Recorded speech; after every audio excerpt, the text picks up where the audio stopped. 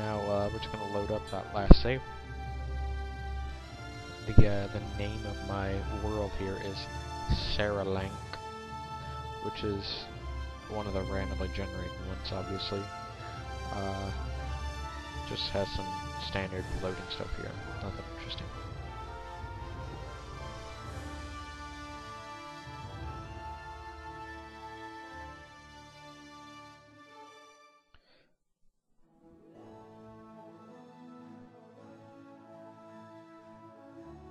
And we're loading. Okay, here. Now, along with this being a recently released game, I've noticed that when you load a game, it tends to be very, very choppy, kind of laggy. But if you just kind of go in and out of the cloth map a couple times, it tends to reduce that.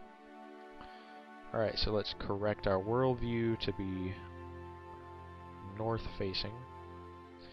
And we'll go ahead and try to actually get involved in some kind of conflict so I can show you what the battle system looks like.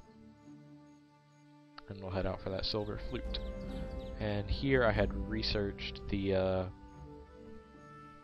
adventure technology, and Lost Bounty, it reveals new food resources, but there's also some other consequences it can have, such as discovering gold deposits or other things like that. In any case, helpful. Very helpful. I think probably the most helpful of all the adventure technologies. And a quick examination of the resources around my hometown here, home capital, whatever. We do have a lost library that produces tech knowledge or worldly knowledge, which helps you research things like this. Then you have stone pits, which are one of those resources that I talked about in the last video, which increase your material production if you build on them. You have these, which are the same thing, they're just you cut down trees instead of harvest stone. There is no resource for wood or stone, they're just added to your materials. Then there's things like the Arcane Temple, which is similar to the Lost Library, except for the research is dedicated for your arcane knowledge, which goes to your spell research. This is a gold deposit. You build the gold mine here, it'll produce Gildar. Yeah, so. And then fertile land, you always start somewhere near this. In my experience, I'm 100% that's true. But it allows you to be able to grow your cities, essentially, through getting food. Alright, so we do have our enemy here, a bear.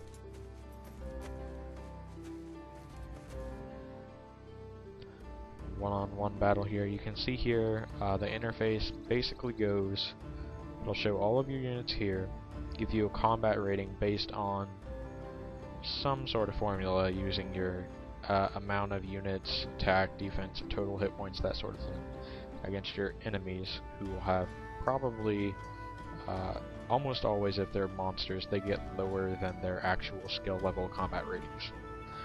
I would strongly advise against using the auto-resolve button because it puts unnecessary damage on your units. Like this fight here, I can probably win with taking little to no damage. If I did auto-resolve, I'd take maybe half health on my bear, or take quite a bit on my sovereign. So we're just going to go to the real-time battle.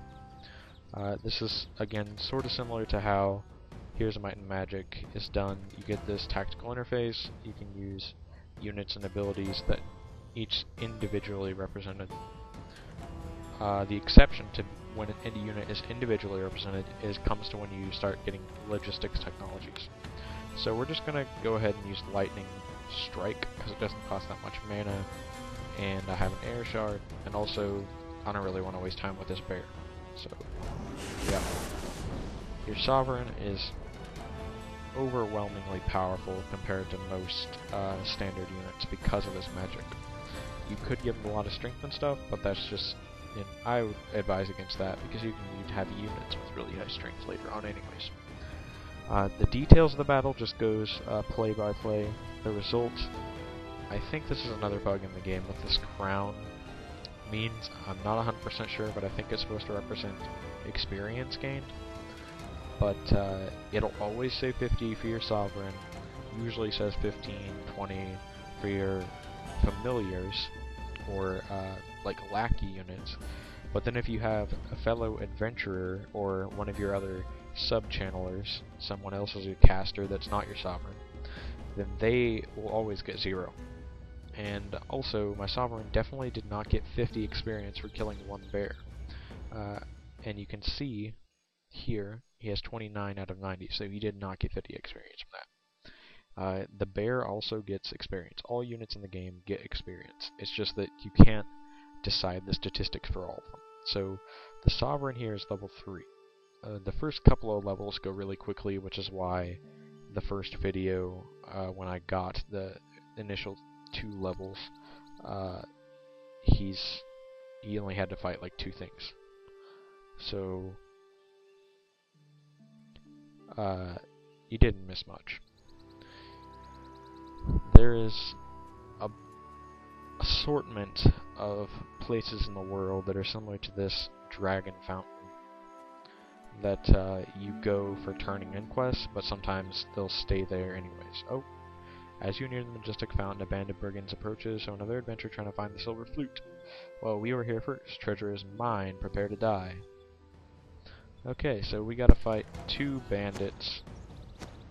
It doesn't look like either of them have ranged weapons. That one actually is unarmed, I think. Oh no, wait. He does have a club. These guys will be dispatched very quickly via lightning.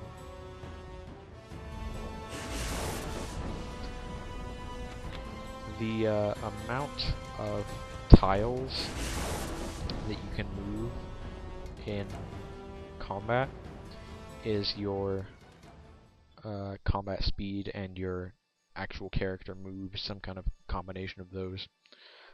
But movement is never really an issue with your sovereign, since almost always you're going to be attacking with magic. Okay, well, after eliminating the brigands, you begin your search and earn it. Several backbreaking hours later, you find a silver flute. Okay. Can be sold for a fair bit of coin. Now, you'll notice here in my inventory, I have the silver flute and I have these 3 midnight stones. It says they're highly valued as being ancient relics of the Titans. Well, at first you might think, well, they're useless, I can't do anything with them, so I'm just going to go sell them. And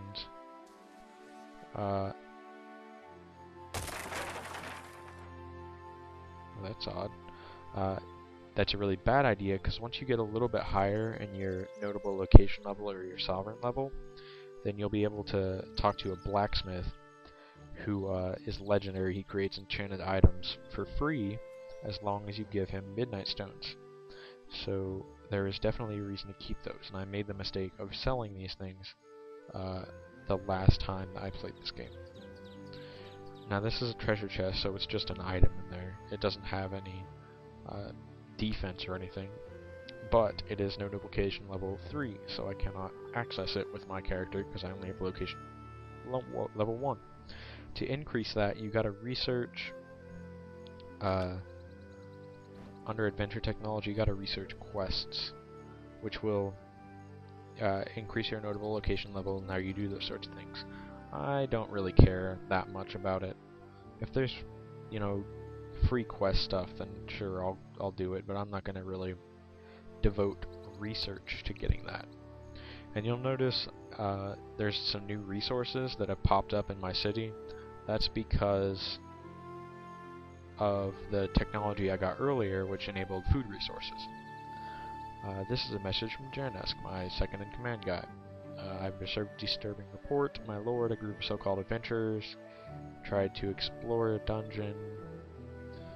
Okay, so basically what that's just a random world event. It means that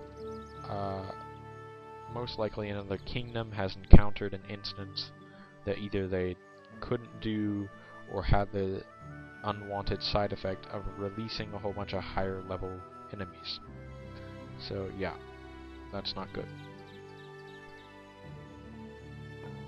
Atakaruka is a bandit dude somewhere around here. So you can see here there's another enemy there. I'm just going to teleport in and attack him.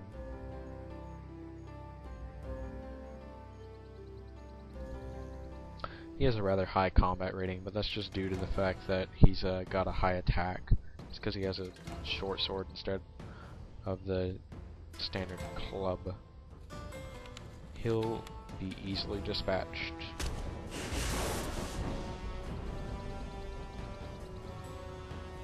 Alright, so end turn there.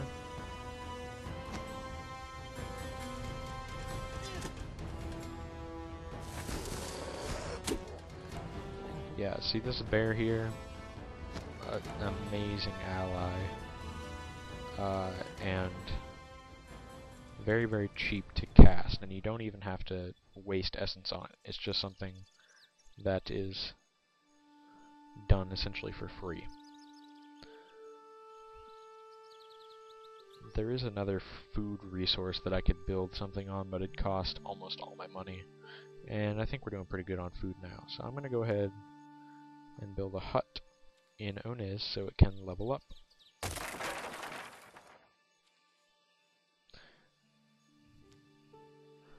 I kind of like playing from the cloth map view.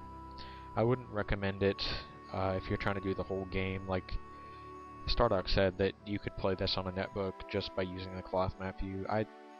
I would doubt that pretty highly because of the fact that if you're not zoomed in to the point where it's almost in the real map, then it's going to be really hard to tell exactly where your unit's moving. Because you see here, you can't really tell the individual squares, how far apart they are and stuff, so it's not at all recommended there. But see, from here it looks like he's right next to my sovereign, that I could attack him from right here. In reality, I'd have to move an extra square to attack him. So I would not recommend playing from this view, but it's a good way to kind of find your surroundings. The reason also I like playing in here again is because this is an early version of the game, and even though my PC is way above the recommended specs for it, it still has a lot of performance problems. So I guess we'll just attack this wolf. Ooh, wolf pack of 1, 2, 3, 4, 5 wolves. I don't know, I might actually hold off on attacking them because I don't want to lose my sovereign, and I don't really have that much mana either. So for the time being, I'll just check out the shop in Nirad. That's one of the cool aspects of this game, is that as you increase in technology and spells, that your shops will suit your technology level. So right now I don't have any equipment research, which means that all the stuff here is just starting equipment. You have a healing potion and some pork. That's really all I would recommend getting here. This other stuff is not worth 112 gold for 5 attack power. In my inventory we have the Silver Flute and then 3 Midnight Stones. I don't know if I want to sell the Silver Flute because it might have a purpose later on. And I'm actually going to pause for a second and I'll be right back. And I'm back. I just saw that the video time is almost at the 15-minute mark, and I'm going to go ahead and cut it here.